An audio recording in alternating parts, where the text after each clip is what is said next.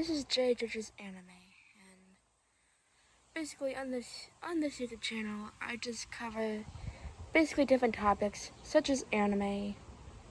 Well, mostly anime, but for now, this channel will be more geared to focusing more on video games and cartoons.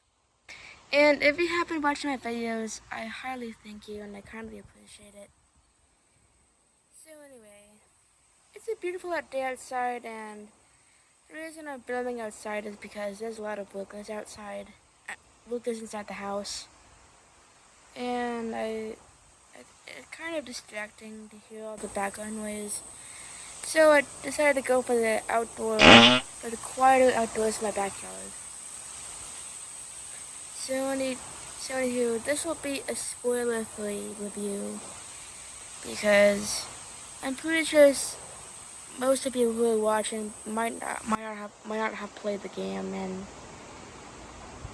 so there are going to be a little bit of spoilers, but let me get on with the review. And according to the fan base, it has been a pretty polarizing chapter. Basically saying that the elements are just kind of repeated from Deltarune Chapter 1, and it's not very memorable, and it doesn't focus on the plot, and we want more story focus, but I'll discuss my thoughts on this later. But now let me explain what's going on in Chapter 5. So in Chapter 5, the story picks up where it left in Chapter 4, where Chris drew out the soul, and then the chapter starts off where it turns back into the room, and he regains the soul back, and so Chris is forced to go. Chris is forced to go into the kitchen against the soul's will. So it turns out that Toil apologized to Chris for whatever happened in Chapter 4 with her dating Sans, and honestly, Chris has been through a lot in the previous chapters. Like, holy shit. The night, basically Undyne being kidnapped, and the fact that Toil is fucking Sans. Because in Chapter 4, it is implied but not directly stated that Sans and Toil might be dating. And there could be a lot of negative implications with Sans and Toil's relationship, because it's kind of a toxic relationship.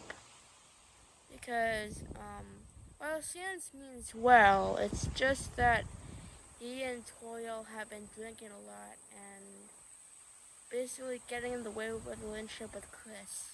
And that's when the festival starts, and we get a lot of character development from Susie, and also Noelle, especially Noelle, because during one of the scenes, we finally get to have a date with Noelle, as Susie and Noelle go to the beach, and then they finally have their declaration of love.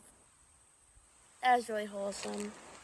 So it turns out that Susie is canon, which makes me super happy, and the majority of the fan base is very happy, but I don't think the Chris and Susie shippers, and especially the Chris Sal shippers, would be very happy about that.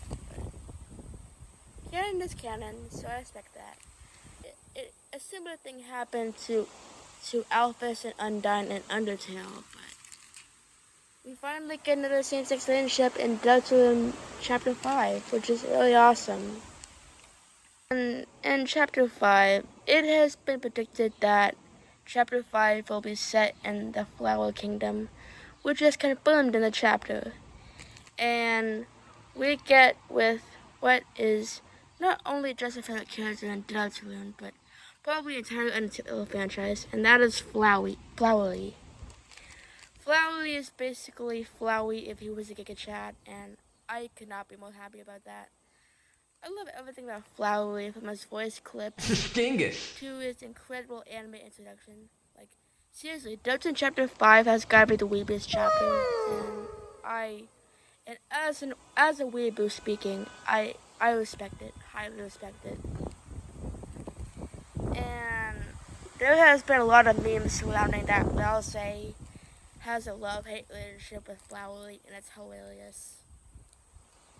And this chapter does give a lot of good character development, especially for Ralsei, because Ralsei and Flowery have opposing desires.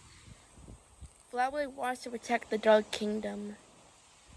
And it's because he just wants to do what makes Asgore happy, while Ralsei wants the entire citizens to be saved from the horrors of the Dark Fountain. Because if another Dark Fountain was created, it has been said in Deltarune Chapter 4 that a Titan, and hinted in Deltarune Chapter 2 that a Titan will form. And I really like the flowers. I think they're the most entertaining parts of the chapter. I like how they have different personalities. My favorite flower besides Flowery has gotta be Aqua. She's adorable. And there's this really cool gameplay mechanic where you basically just become a Rayman platformer. It is so cool, and it is one of my favorite gaming mechanics. And speaking of gaming mechanics, in the final boss against Flowery, we actually get a new orange soul mechanic that hasn't been used in Undertale, where you basically use the orange soul in order to dash through the blue pillars. Flowery gave me a really hard time, but it was worth it in the end because of how awesome and epic it is. And that final competition with Flowery and Chris, chef's kiss. So Flowery becomes a Super Saiyan character and starts attacking Chris, and it is full on amazing. It is a visual spectacle, and it's basically Omega Flowery. It's basically Omega Flowery again, but a lot cooler. And I like how Flowery is basically the opposite of Flowey in every possible way. Because while Flowey is a super nice individual, he turns out to be a manipulative creep. While Flowery, on the other hand, seems like a very manipulative, sinister person, but in reality, he's just a really nice guy who just wants what's best for Asgore, and I respect that about this chapter.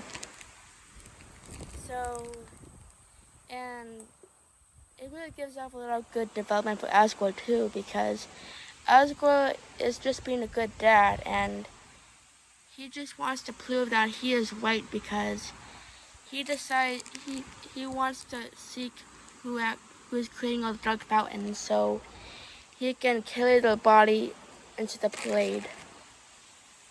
So he can prove that his theory of the Dark Fountain creators were correct.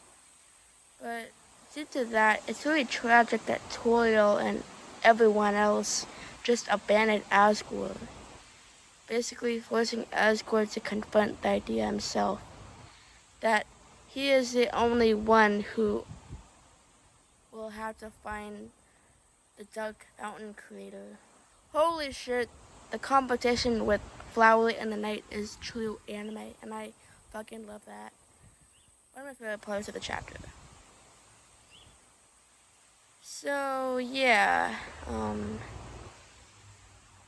I do really love Deltarune Chapter 5, there are some elements missing, such as you guessed it, the story, but, I don't think that's what Toby Fox is going for. I don't think Toby Fox intended for, oh my gosh, Gaster, holy shit, it's Gaster. Oh my gosh, what is the prophecy? What is it all about? Nah, none of that stuff. I think what makes this chapter so excellent to me is the character development. And it also gives very good development into Chris because it is heavily hinted that Chris may have a crush on Susie because they're always blushing whenever they're around her, and they're really jealous that Noelle gets to be with Susie, and Susie doesn't get to be with them. And I feel really bad for Chris because they're all alone and they have to just fight against the soul so they can seek their own freedom. And Deltarune is a lot about freedom, but you cannot make any choices because in Deltarune, you cannot make any choices in Deltarune. Choices don't matter, which makes it really disturbing and depressing for Chris. And yeah, and all in all, I think my favorite aspect of Deltarune Chapter 5 is the character development and the cool gaming mechanics. And I'll give this chapter an 8 out of 10. Goodbye. Peel the avocado.